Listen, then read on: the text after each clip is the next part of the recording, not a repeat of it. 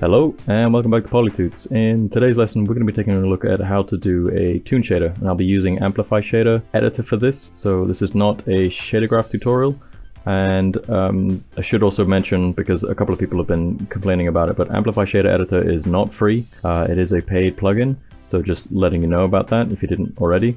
But anyway, back to the shader that we will be making. It is this Toon one. It's everything that you see happening here. So if I just quickly get rid of my diffuse texture so you can actually get a better look as to what this shader will be doing. Bring down the color here, make it a little bit more obvious. You know, got some hard shadows, but we've also got some nice specular here, some good rim that also behaves itself with the light attenuation, so anything in shadow won't receive any of the rim lighting. Pretty nice. You can control things like an outline, so at the moment I do have a slight outline here. It's probably not very easy to see.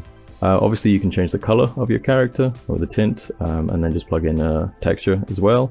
We control the shadow with this Toon ramp thing. So if we change out our ramp texture, as you can see here, it's going to like really change how this whole thing looks. In fact, this is more like the default lighting here. There's one here from the Amplify guides. Let's just put this back to something like that. So these textures here, which control your shading, they really play a big part in kind of how everything looks. So, you know, it's worth kind of making your own and having a few. I do have a normal map, which is helping with all of the lighting and spec information. So if I were to just get rid of that there, you can see everything is still here and it exists, but having the normal map in does kind of help bring out some of those extra details. We do have the rim, as I was mentioning before, so you've got things like your offset and the power of it, and it's nice and crisp, you know, very sharp. Same for our specular, so we can control the size of it or have none of it, and also just, you know, reduce its power. And this is something that is receiving information from light color, which is pretty cool, but also not full light color, so things don't just immediately take over the color of the light. So if I change this, you can see it does pick up the green, but it's not completely green. I'll explain more about this in the actual tutorial. And the only other thing I think that's worth mentioning is if I just come down here and I add in a light. So this does work with other light sources and obviously the colors of them. So yeah, everything kind of works as you would expect it to. There's not much else to say really. So we're just going to go ahead and start creating this. Oh, actually one last little thing. You can change the specular color as well. It will still be affected slightly by the light color, which, you know, if you didn't want to follow that part of the tutorial, that's completely up to you. But so yeah, that about covers everything that this shader will do. So if that interests you, then stick around, because we're going to start making it right about now. Okay, so here we are in a new scene, and I've just got a shark dude and a sphere, just for what we'll use as an example. So I'm going to go up here and create a new Amplify shader, and we are going to use a surface shader for this. But aside from putting this wherever we want to, so Polytoots Toon for me, we're going to change the light model here from standard to custom lighting, which means we're going to say goodbye to the default Unity lighting. And you may have noticed that we lose the normal, specular, gloss, all that good stuff, and because that will all be driven through our own custom lighting. And so let's just start off with, let's just save this out, and we'll give ourselves a material, and I'll name this as well. Now I'll just stick this material on all of these objects. And we are now good to start. And you may have noticed that it's completely black, and that's because yeah, there's no lighting information here yet. So first things first, we're going to need some nodes here to plug in our own lighting. And a common way to do this is you get your world normal. So normal isn't going to work, world normal, and we're going to create a dot product with this using the world space light direction. So you can either type space and then do dot, or it says there, just hold down the period key, or full stop if you're from the UK. So that's a dot product, and then we just want the light direction. We'll use world space, hook that in and hook that in. And then we're going to normalize this and normalize that. If I just feed this straight into our custom lighting, and for the people I think who are already raging at me, I will eventually be working in full screen for the shader, but for now, I need you to see what's happening. So hang on a minute.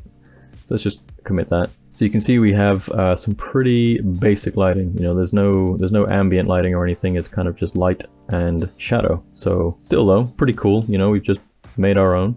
And there's another thing that we want to do here, which will sort of introduce more of a specularity, I suppose, but I'm probably using the wrong terminology completely. And for this one, we want the world normal again. I mean, we could try to grab it from this one, but I'm going to keep things neat and tidy, and we're going to do a dot product with the view direction. And again, normalize that and set it to world and normalize this.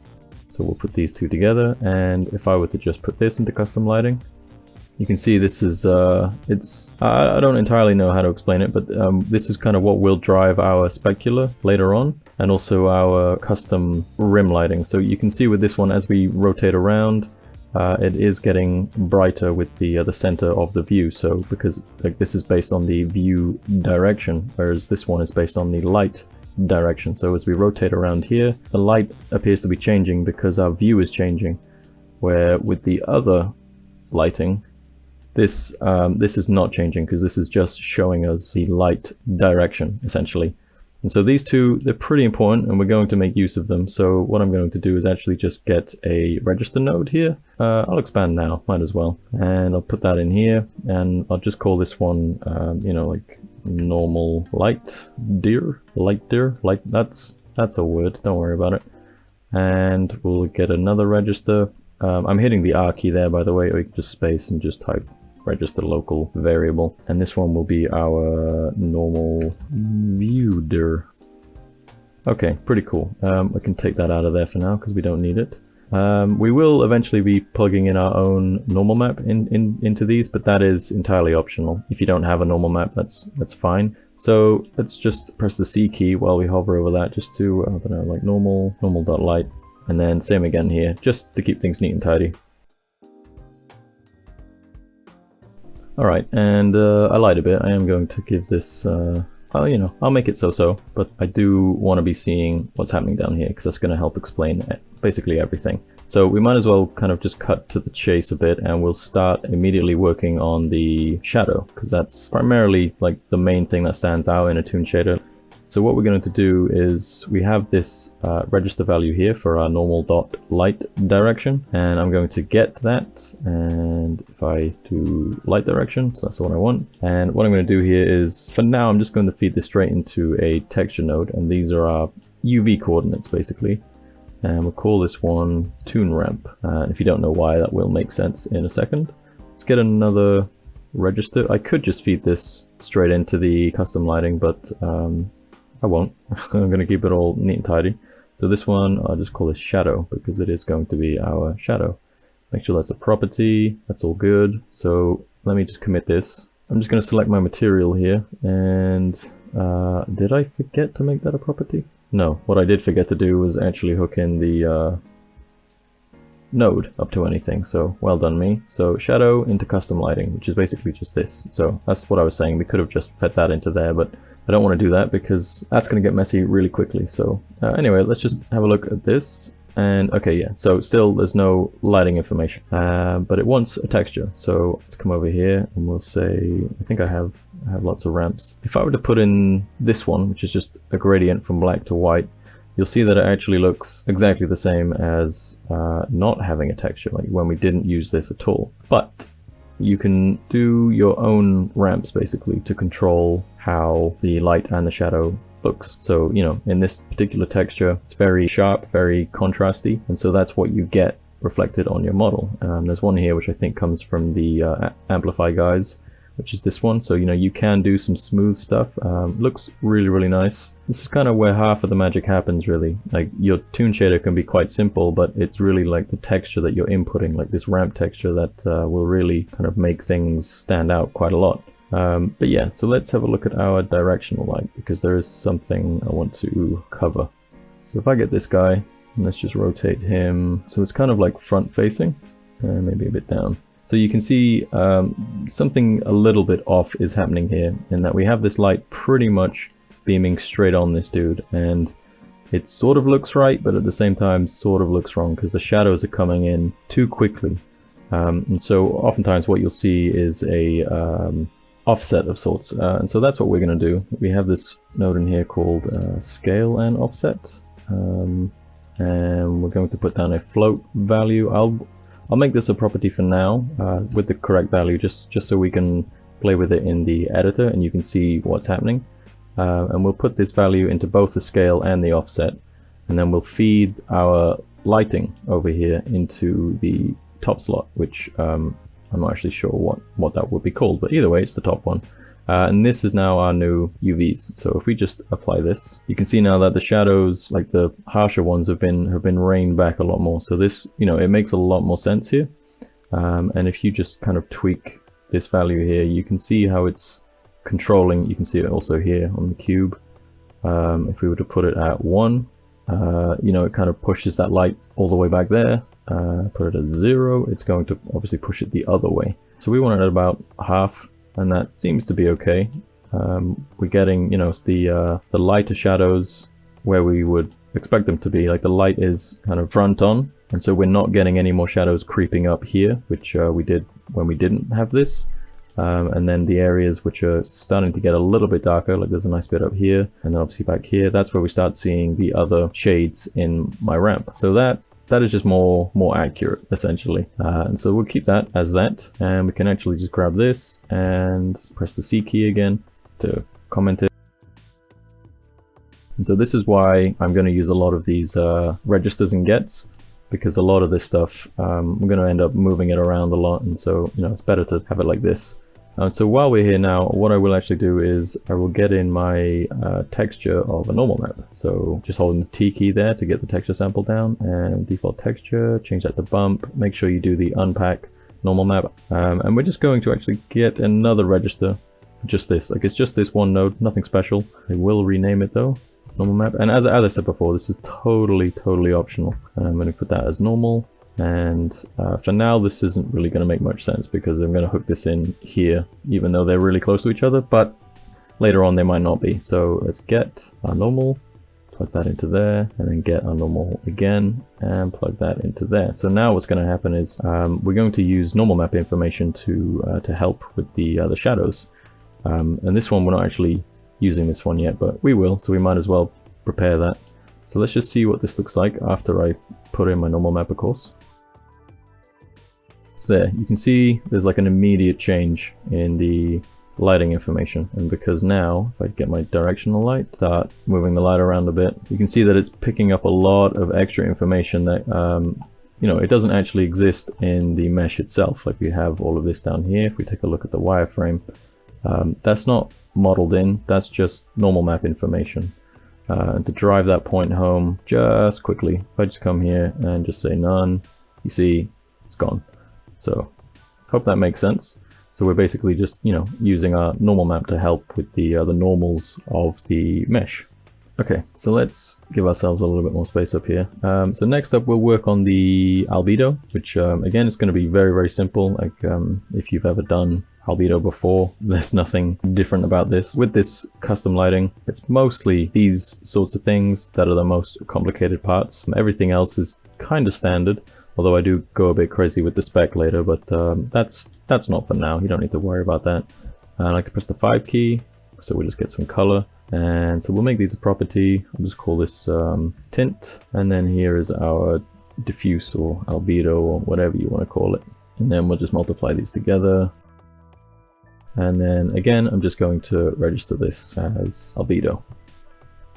And I'll put the default actually as a gray. And that's it. That is completed. So comment that and albedo. And now we can move that around. And I want to add the albedo onto the end of my shadow bit here. So if I just come down here, give ourselves a little bit more room. Essentially all we're going to do is just multiply I'm going to get a get. Let's get our albedo that we just made, basically just this. And we'll multiply these two together and then just feed that into there. And we'll just apply that.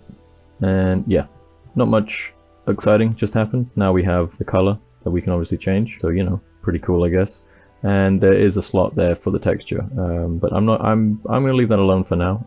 I may put in a texture toward the end, but for now, just for the teaching purposes, I suppose it makes more sense for you to see the actual results. In fact, I'm just going to do this. This is why I don't like recording live, because I'm just all over the place. If I do stick this texture on now, now this is obviously, it's a nice, lovely hand painted texture. We're losing a lot of like the visual information as to what's happening on the shader whilst we're building it. So yeah, definitely gonna just keep that blank for now so we can get a better understanding as to what it is we're actually doing here. Okay, I'll expand this in a second, but there's one thing I did want to just point out. If I show you like what happens if I start to reduce the intensity of the light, you can see nothing's happening if it goes up or down, you know, and to put that into perspective, I suppose, I'll get a default sphere in the scene here, and now I'll start messing around with the light. Obviously, you know, this has got, you know, ambient light, diffuse light, and whatever else. It's also picking up on the light color. Like if I change this to, you know, that kind of turquoise. Yeah, so you can see that here on our shader, we're not getting any of that, and it's because we are supposed to be building our own lighting, but we just haven't done that yet. So let me just get rid of this, and we will build that now. So the first thing that I'm going to do is I'm going to expand this. Then I'm going to get a get node, and this one will be our shadow, which is the one that we have down here. In fact, so maybe it does actually make sense to move this here. Okay, so yeah, we know that we're going to feed this into this next loop because eventually everything will kind of tie into one or two, I forget. So yeah, it's kind of like following a chain. And okay, yeah, so we know that we need a light color. So we'll just start with that. And if I just go ahead and let's multiply our light color with our shadow, and then we will register this there, and we'll just call it lighting. And now if I come over here and call this lighting, and that didn't change over, so hang on, lighting, and now do that. Okay, yeah, so that's definitely worked, and he's that color because our light is that color. So put that back to, you know, something a little bit more normal, whatever. And you may have noticed he's slightly a different color. There's two reasons for this. One, he's a gray, but even if I do this, there's still something missing, and that is, well, there's two things. And some of them, I guess, are kind of optional. He's, at the moment, he's not receiving any of the skylight, so, you know, the environment lighting, like none of that is being received yet. And also, if we were to go ahead and let's get down another light, just change this to something a little bit more obvious for now. So you can see that this is sort of working. It is hitting it and it's getting some color.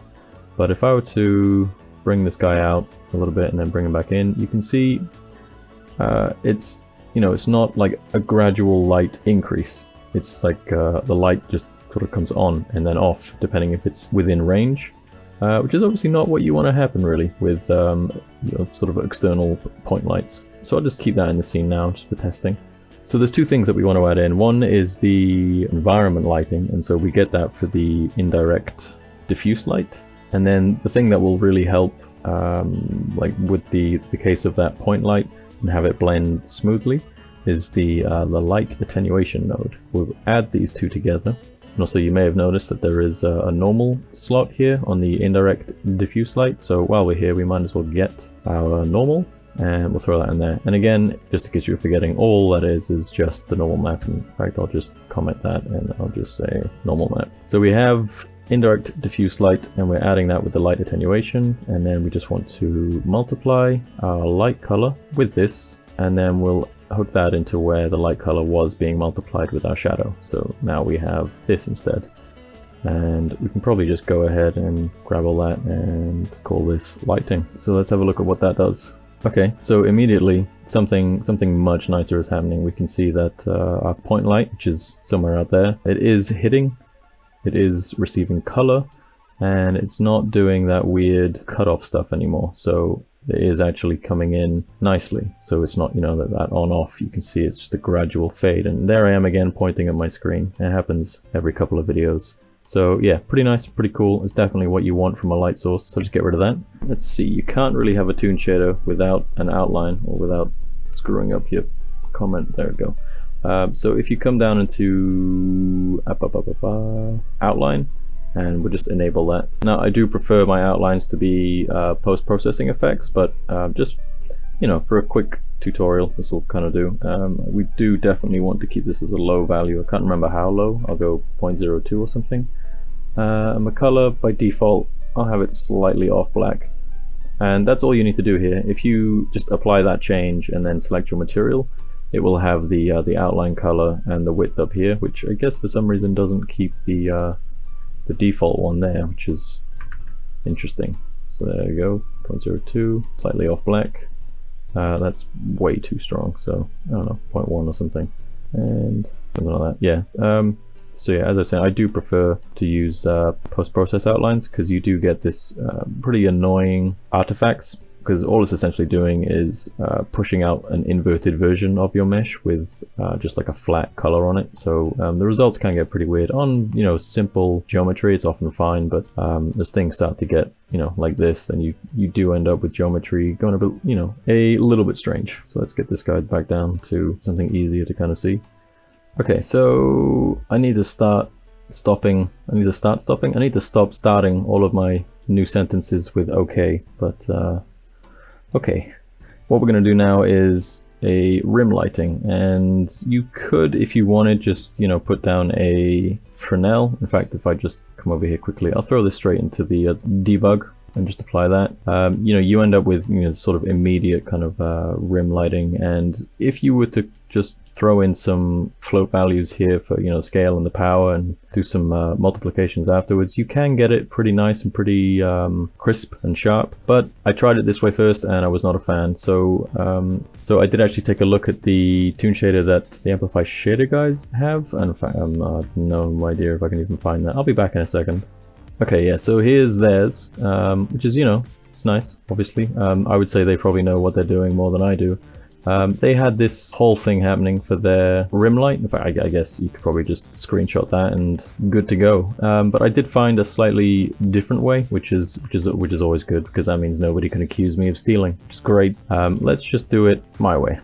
And we're going to start with a get, and this is the first time that we're actually going to use the normal dot view direction. So, you know, that's exciting. So we'll go normal view direction, and we will add this with a vector 1, which make into a property, and this will basically be your offset. So I don't know, rim offset, something like that. Default of, I'm not even sure, let's just leave it at 1, see what happens. And then we're going to saturate this, which is similar to a clamp, but I'm told is actually way better, but you know. And then we're going to 1 minus, and then we're going to get a power node. And I do apologize, like normally I kind of run through these things and I show you what's happening, but there's not much point yet. So yeah, just trust me basically. So we have this power node which will control the strength. And so we'll get this and we'll call it into property and rim power. And this one we will make into a slider with a maximum of 1 and a default value of, I'll leave it at 0 now because I think 0 is the strongest, but if it is, we can have a look at remapping that just so it makes a little bit more sense. Okay, and that's pretty cool. So at this point, I think what I'm going to do is actually create a register and hook this into there, and we'll just call this one rim. And now you may have noticed at the moment, if we just change this to rim, we're going to lose everything else because none of this is actually part of this chain. And that's fine. It's fine. We're not actually going to introduce it. We will be adding it in. But for now, I'm going to leave this here and I'm just going to get rim. And we'll just work with this for now. So we'll forget about the lighting of everything else. And let's just see what this looks like. Okay, so we have something. And if I just try to find my original material, there we go. So we have here rim offset and rim power. So rim power, that controls the power. And obviously, I mean, if you're looking at this and thinking that's horrible and wrong, then you would be correct. And then that is the offset. So yeah, pretty cool. There's some stuff that we need to change though. The Amplify Shader Editor guys had like a really nice solution where the rim light was basically not always there. So, you know, if something was in shadow, then the rim light wouldn't exist. And we're going to do that as well. And also to have it affected by the light color. So let's just open this back up. So we need to make some changes here. So we'll start with the light color. So again, we'll just grab light color. We could just multiply this and throw that into there. Oh, I think I've mentioned this before, but someone in the comments did let me know that you can hold the Alt key and just drag nodes like this so that they connect and then disconnect without having to, you know, always do stuff like this and having a tutorial just drag on and take forever. But yeah, so you can just hook those up, but I'm going to actually throw in another color, and this one's going to be the rim tint. It might seem a bit redundant in that you're changing the rim light based on light color and then also having the option to change the color yourself, but choices are always good, so that's nice. And let's go with similar to what the Amplify guys had, like a kind of a blue, which I thought looked quite nice. And so these ones will actually multiply together. And is this a property? No, so that's a property. And then we'll just multiply these. Okay, pretty cool so far. No need to preview it just yet because we need to add in that bit I was mentioning about how the rim light will disappear in shadow, which, you know, is ideal. Although if you don't want to do it, then you don't have to add this bit in. You know, seems kind of completely optional, especially when it comes to Toon shaders. It's kind of whatever suits you.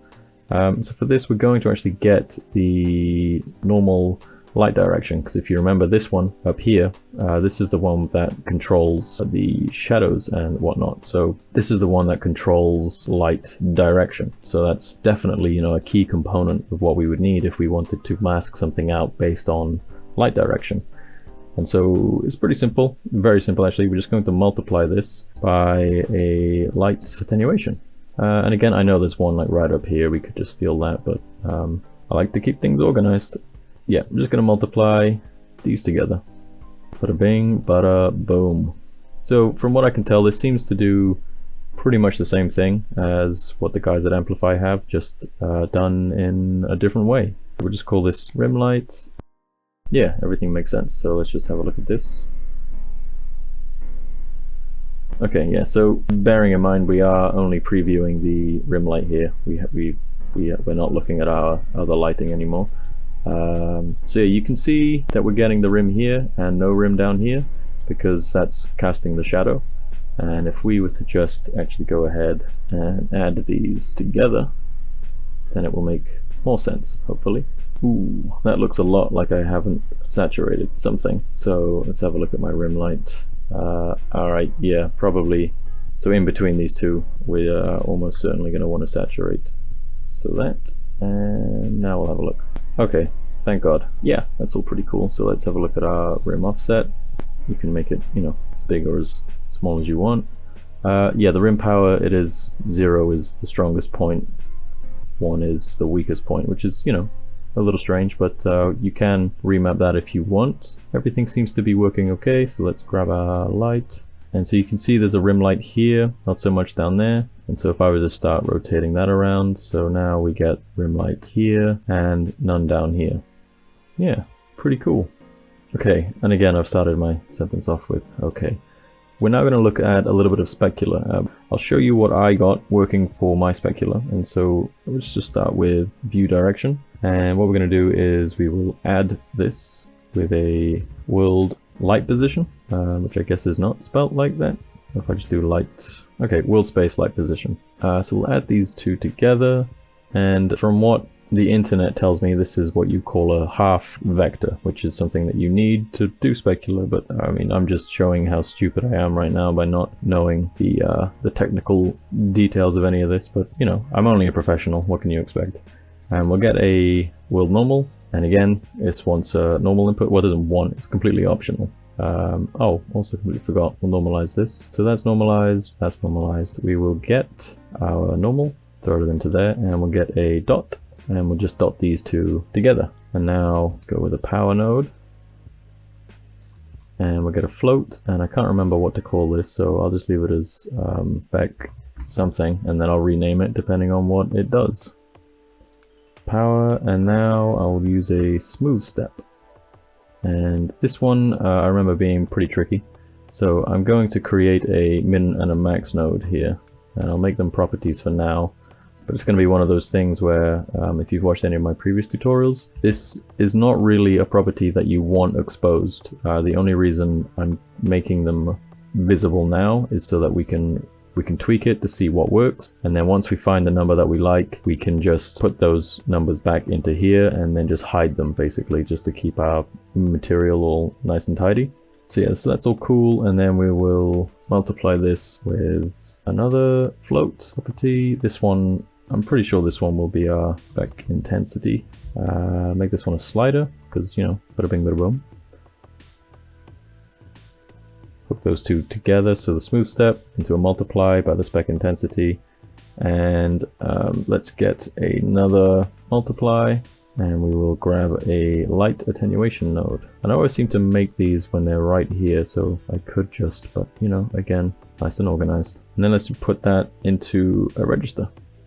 And this one will be spec. Okay, we still got a little bit more to do, but we need to get these numbers correct. So let's come up here and we will get spec, and we'll just throw this on its own into the custom lighting for now, and then we can just tweak some numbers. Okay, so we have this and it looks completely wrong.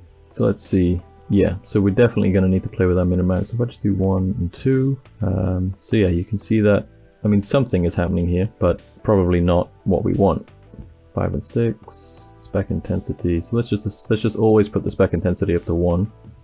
So that's okay. So that's interesting. It's kind of acting a bit like I guess the gloss, I suppose, because that defines the area, and then the spec is just the intensity of it.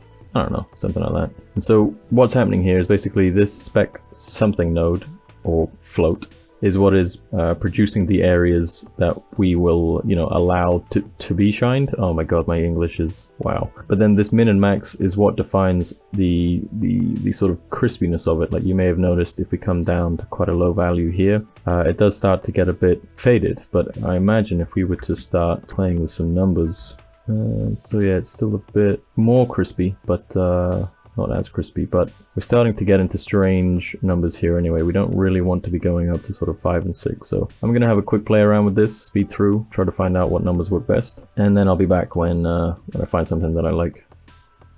Okay, so I'm going to leave it at about there. So I've gone with 1.1 and 1.12. So we can either just drop these completely and put them in the smooth step. So, you know, you have these, or you can just keep these as they are, plug in your default values, and I will remember to hook them back up, those of you who are getting anxiety. But then I'll just make them constants so that they are hidden. So now if I apply this, we should not see a change. Yeah, so that's fine. So now we just get this spec something, which I will min max, and gloss is probably not the correct name, but I will just keep it as that. So now we have this controls essentially the coverage and then the intensity of it. Quite nice. The last thing is, ordinarily, of course, on sort of more regular shaders, you would probably want to control this with a texture. You know, you would put in your own specular map. And so let's just open this up. We can do the same, and we'll do it actually right after this smooth step, because you know, ordinarily when you have a color or a texture or something, you multiply that by a value to change its intensity. And so, you know, we can use this to kind of follow that same logic, and that we know that our intensity is over here. So in between these two seems like a good place to multiply in a texture. So let's get this, and we'll just call it spec map. And yeah, property, white, that's all fine. For now, we'll just multiply this. There is still one more cool little step that we can do to this, but for now, let's just do this and bring that down. So there's no change just yet. If I just increase that intensity. So if I go and find Shark Dude, I did paint the quick gloss. So it's hard to kind of tell, but his skin is a lot more glossy than, say, his shorts and his hat. So I know that it works for sure. So you can see as the light shines across, it's not getting the same shine on his clothing. Whereas if I were to get rid of that, you can see that it just applies the gloss all over. So we know that that works for sure. Pretty cool. The other thing is you might not want a completely white specular. Also, this guy's looking a little too dark. Oh, that's the outline. Wrong one. Oh, that's right, because we haven't hooked in anything else. So we're only working with the spec for now. So that's cool. But yeah, let's just go ahead and complete this. So we'll hook this up so we can see what it looks like. And then we'll just do our last little tweak. So I'll add that into there. So that's everything kind of combined, specular and all. So yeah, it looks pretty nice, and we can, I'll sort all of this out, like the arrangement of everything. So there's the gloss, intensity, pretty cool. But yeah, if you did want this to, you know, if you want to be able to change the color of your specular, which is, you know, common, then come down here. We will add that into this area here. But one thing that I quite like the look of is to partly have it controlled by the light color, and also partly my own color. So let's just maximize this up. And so what I'm going to do is I'll get my color, and so this will just be spec color. Make it a property, default of white, and I'm going to get light color. And you might be thinking I'm probably going to multiply these together or something, but nope, I'm going to lerp it. And the reason I'm going to lerp it is I want some of the light color, but not completely. So what I'm going to do here is just, for now, let's make this property. I will eventually close this off, although this one's an optional one that you might actually want to keep visible. But I'll just say, I don't know, spec transition or something. It's a bit of a stupid name. So let's put a spec color in there, RJ the light color into B, and then this is going to be our alpha for it.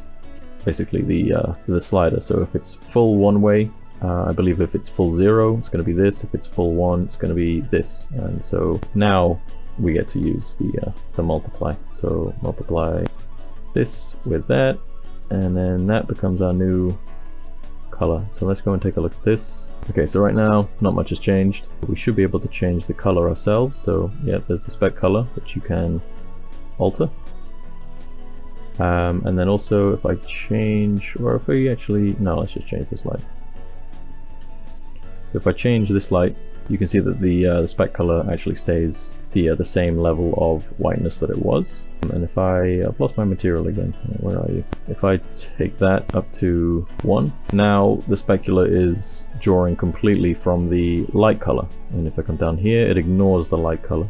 So I like to have it at, you know, like about sort of almost halfway-ish, about 0.4, so you get a little bit of light color, but also you still make it pop out a bit. So you know, it does change a bit, but it doesn't blend in too much with the light color. So that's me, at least.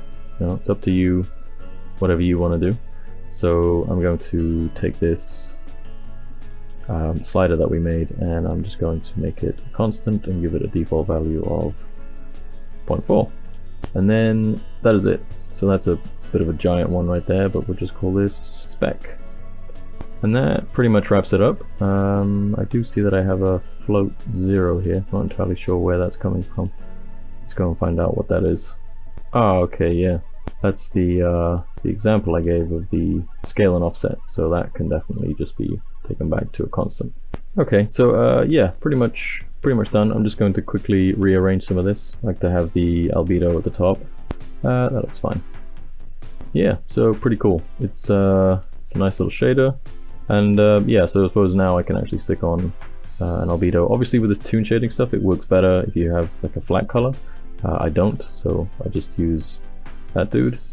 It's looking pretty crazy actually. Oh, I have my tint, and I guess yeah, some of this stuff is probably a little too high. So I can bring that down. Up to you kind of how strong, obviously, everything's up to you. But yeah, that pretty much wraps it up, I guess. I have an animator controller, cool. What happens if I hit play? Oh yeah, mix them all.